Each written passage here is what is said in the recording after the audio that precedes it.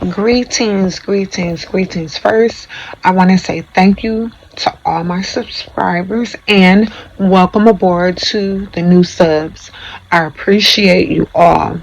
We're growing, we're growing, we're growing, and big shout out for helping me reach more than 50,000 for one of my shorts. I see you all. I see you love Jamaica, so I'm planning on getting back over there to get some more footage. I love this life. Today's topic: connection to the consequence of not loving yourself. DV is preventable. Today I am addressing a topic as delicate and grave as DV. Requires a careful, empathetic approach. If you want to know specifically what DV is, check the description of this video. It's written out in full. I don't want to actually say some words because I don't want to have any strikes against my channel with them not fully understanding and what I'm trying to present here in a learning experience for I've been at it firsthand. So when we attempt to paint a picture of such a situation, it's important we tread lightly, respecting the sensitivity of the issue and the profound impact it has on individuals and communities. But DV, a pattern of abusive behaviors by one partner against another, is in an intimate relationship, stems from a complex interplay of individual, relational, community, and societal factors. It's like a dark, stormy cloud that casts shadows over what should be a safe, loving home. The reasoning or the reasons behind why someone might resort to violence are multifaceted and deeply rooted in both personal history and broader societal norms. Personal history and psychological factors are one where some individual who commit acts of DV may have witnessed or experienced that in their own homes during their childhood, where this traumatic imprint can sometimes lead to a cycle of violence, where violence is mistakenly learned as a way to cope with stress or control situations. And then there's cultural and societal norms. Societal attitudes and norms can play a significant role, where like in some cultures or communities there might be entrenched beliefs about masculinity and power that wrongly suggest that men have the right to control or dominate women. So even through violence, this is, in my opinion, akin to a twisted vine that grows from the soil of historical inequalities and misperceptions about gender roles. Then there's power and control. At the heart of DV is the desire for power and control.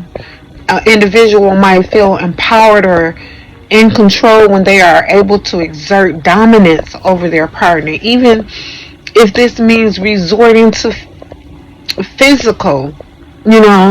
It's as if in their mind the balance of a relationship is like a scale that must be tipped entirely into their favor, no matter the cost.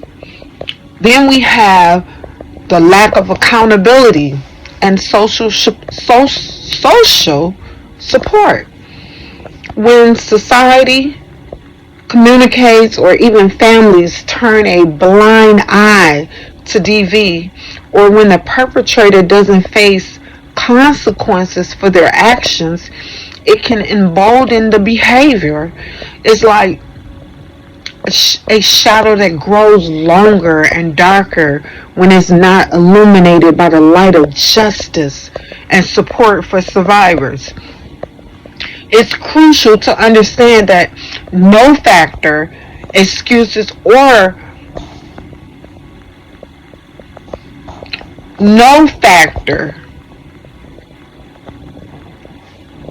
justifies none. Each brushstroke. Excuse me, I'm getting so hyped here, but it's just the reasoning. Just let's reflect on this complex issue that it requires a concerted effort to address, from personal intervention and support to broad societal change. If you or someone you know is facing DV, it's important to seek help. Organizations and resources are available to offer support and guidance and a path towards healing and safety. Remember, like a lighthouse guiding ships away from stormy seas, I gotta go into trouble. There is support to guide those affected by DV towards safer shores. Again, did I mention the national 1-800 number to get help for DV is 1-800-799-SAFE. That's 1-800-799-7233. And this hotline is supposed to be confidential support for anyone who is experiencing DV, male or female, and seeking resources or information or questioning unhealthy aspects of your relationship. There's someone on the other end that could support or get you to the resources that you need. Recent statistics provide a sobering view of DV in the United States, revealing that nearly 1 in 10 have been the R word by an intimate partner in their lifetime. Moreover, a significant number of men, women, and men report experiencing considerable impacts from this violence, including injuries and symptoms of post-traumatic stress disorder, with 81% of women and 35% of men reporting such effects. A concerning aspect is that more than half of female victims of the R word reported being R by, like I said, an intimate partner, highlighting intimacy of this violence. Similarity for male victims, 52.4% being the R word by acquaintance. Did you hear me? I said male victims. Additionally, estimates suggest that 13% of women and 6% of men will experience coercion in their lifetime, indicating the pervasive nature of this issue across genders. Stalking is another critical issue, with 1 in 6 women and 1 in 19 men, alarming, have been victims of such in their lifetime.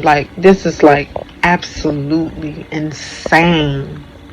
The problem is further complicated by the fact that 2/3, 66.2% of females stalking victims were stalked by current or former partner, while men primarily stalked by 41.4, these statistics underline the pressing need for awareness, support, and intervention to combat DV and protect those at risk.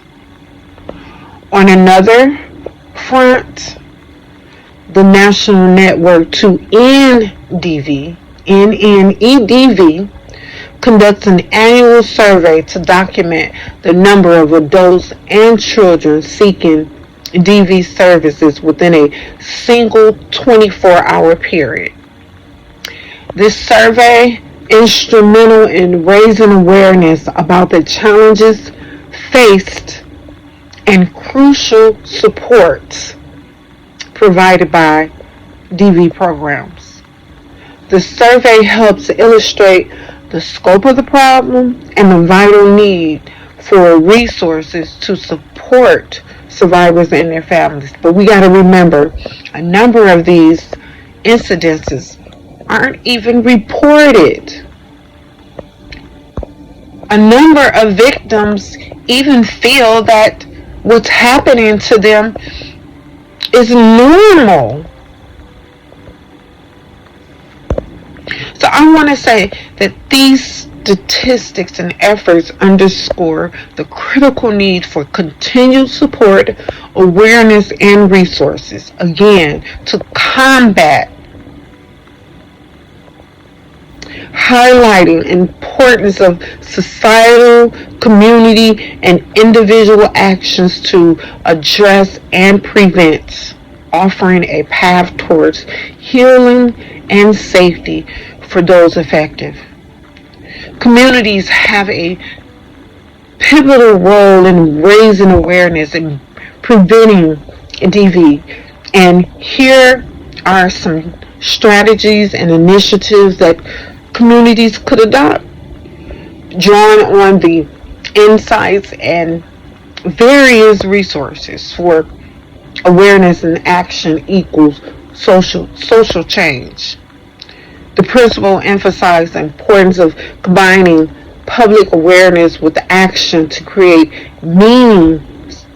social change. My tongue is getting twisted here, but it involves changing societal norms that condone violence and targeting attitudes, beliefs, environments, and policies that contribute to DV. By focusing on primary prevention, communities work to prevent before it occurs, which is a form of social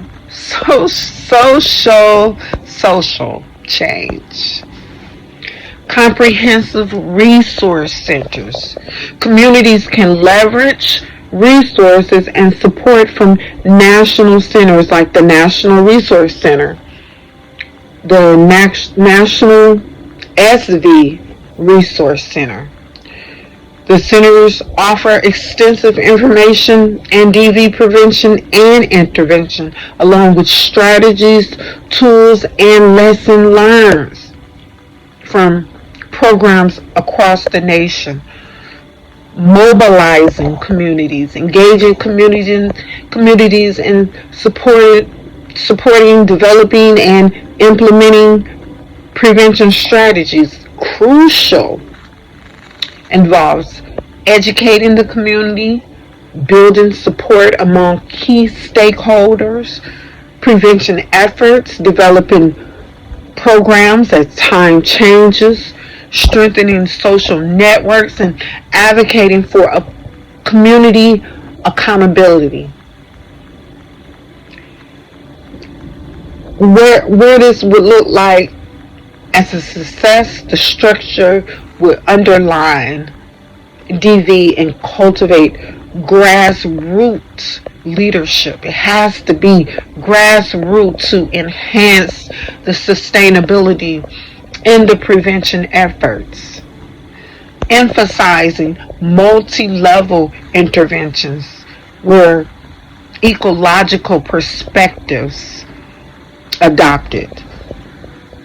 I'm thinking these efforts target at a targeted at a multi-level where individual, family, neighborhood, social institution, community organization, public policy, and the cultural environments. Engaging these members beyond just the formal institutions in assessing community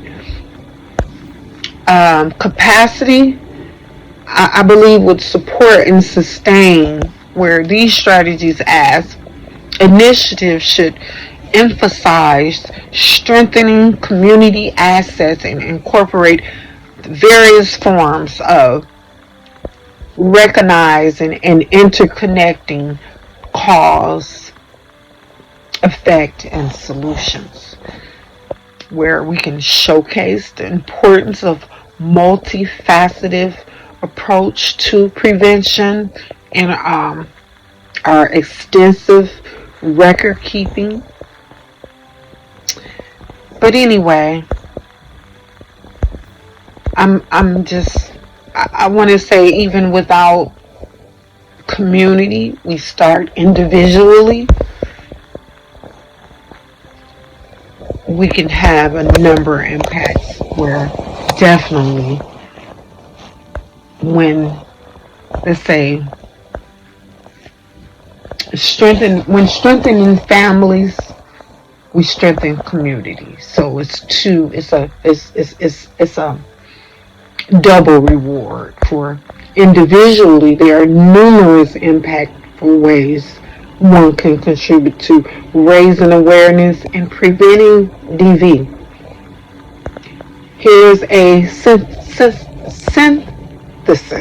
of suggestions from various sources, including UN Women and Domestic Shelters, on how one can make a difference. Listen to and believe survivors. Create a safe space for survivors to share their stories without judgment, acknowledging their strength and speaking out. Educate the next generation. Teach children about gender equality, respect, and human rights. Challenge stereotypes and discuss the importance of consent and bodily autonomy. Support services fit for purpose. Advocate for and support the provision of essential services for survivors, such as shelters, counseling, and legal assistance. Understand consent. Promote the importance of clear, freely given consent in all relationships and counter harmful stereotypes and excuses for violent behavior. Recognize the signs of abuse. Educate yourself on the signs of domestic violence and how you can offer support to those who may be experiencing it. Initiate conversations. Use your voice and social media platforms to raise awareness about DV. Engage in community discussions to spread knowledge and challenge norms that perpetuate violence. Stand against the R word. Stand against its culture. Challenge behaviors and attitudes that normalize or trivialize sexual violence. The Cassie and Diddy case is a perfect place to start, in all the accusations that's starting to come out. Calling out inappropriate comments and advocating for policy changes. Support women's organizations. Contribute to local and global organizations that work towards engaging violence against women. Provide support and survivors or provide support for survivors and promote gender equality. Hold others accountable. Call out and stand against all forms of violence, including especially sexual harassment and sexist behavior in your community and social circles. Stay informed and demand data. Advocate for the collection and dissemination of data on DV to better understand and combat the issue.